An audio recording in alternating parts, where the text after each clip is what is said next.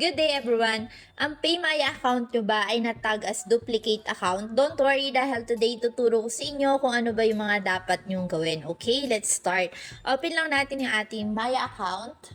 And here dito sa My Wallet or home ng ating PayMaya account, itap lang natin yung ating profile icon or yung mismong pangalan natin.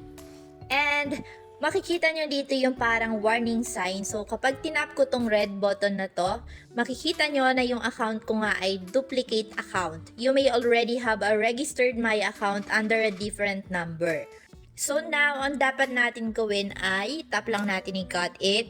And scroll lang natin pataas and hihingi tayo ng tulong sa may PayMaya support. So, tap natin yung get help.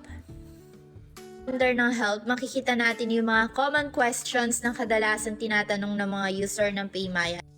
Scroll lang natin pataas and here, itatap natin tong chat with us.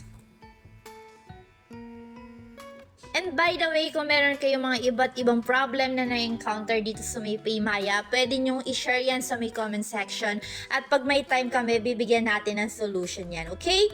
Dito sa PayMaya support, which of the following do you need help with? Since hindi nga tayo makakapag-cash in sa ating PayMaya account dahil naka-temporarily block yung ating account, ang pipiliin natin dito is yung wallet, okay? So, tap natin yung wallet.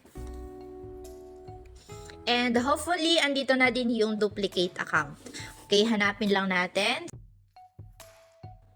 Well, there you go. So, andito, meron pala talaga ditong duplicate account. Under talaga siya ng wallet. So, tap lang natin yung duplicate account. Here are some articles to help you with duplicate accounts. So, dito sa may unang tanong, pwede natin basahin yung instructions. Yan, tingnan natin. So, mababasa natin yon dito sa may link na to. Tap lang natin yung articles. I love you. It's ruining my life. So dito, binigay na ni PayMaya yung instructions na kailangan natin gawin. Hindi ko na rin na-explain sa inyo kung saan na natin siyang gagawin. Alright. So now, back lang tayo sa ating PayMaya and tap na natin yung no para makapagsimula na tayo. Dito, pwede na rin tayo mag-chat sa agent or mag-raise ng ticket. So sa akin, ang gagawin ko, magdadirect na ako dito sa raise a ticket. I love you, it's ruining my life. What type of issue are you experiencing? So, hanapin lang ulit natin yung duplicate account. Please tell me more about the issue. Type natin dito. Dito ang nilagay ko, may account tag as duplicate account. I want to delete the other one.